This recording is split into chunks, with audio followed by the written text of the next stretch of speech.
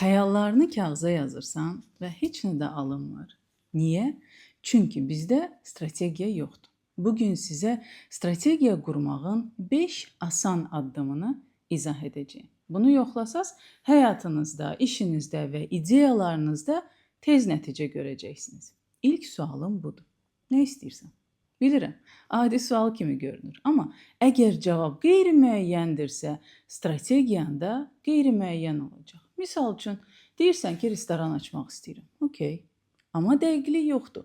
Əgər hədəfin Bakıda 2026-cı ilin 1-ci rübündə səhər yeməyinə fokuslanan, şəhərin mərkəzində yerləşən 30 nəfərlik butik restoran olarsa, bu artıq strategiyaya başlanğıcdır.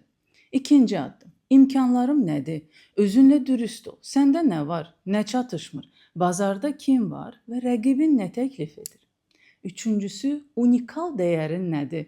Bəlkə də sən səhər yeməklərini yalnız yerli məhsullarla və zero waste prinsipi ilə təqdim edəcəksən. Bax, bu artıq sənin dəyər təklifindir. Dördüncüsü, planlaşdır və yaz. Kim, nə vaxt, nə edəcək? Nə qədər vəsait lazımdır? Strukturlu və məntiqli planın olsun. Bunu yazılı görmək sənə boşluqlar göstərəcək və işlərinə temp verəcək. Beşincisi, dəyişikliklərə açıq ol. Strategiya üzərindən ömür boyu işləməyəcəksən. Əgər yol dəyişirsə, xəritəni yeniləmək lazımdır. Əsas məqsədini unutma. Strategiya düşüncə tərzidir. Əgər bu 5 addımı tətbiq etsən, hər hədəf əlçatandır. İndi sənə uyğun olan addımı seç. Əgər çətinlik çəksən, mənə yaza bilərsən.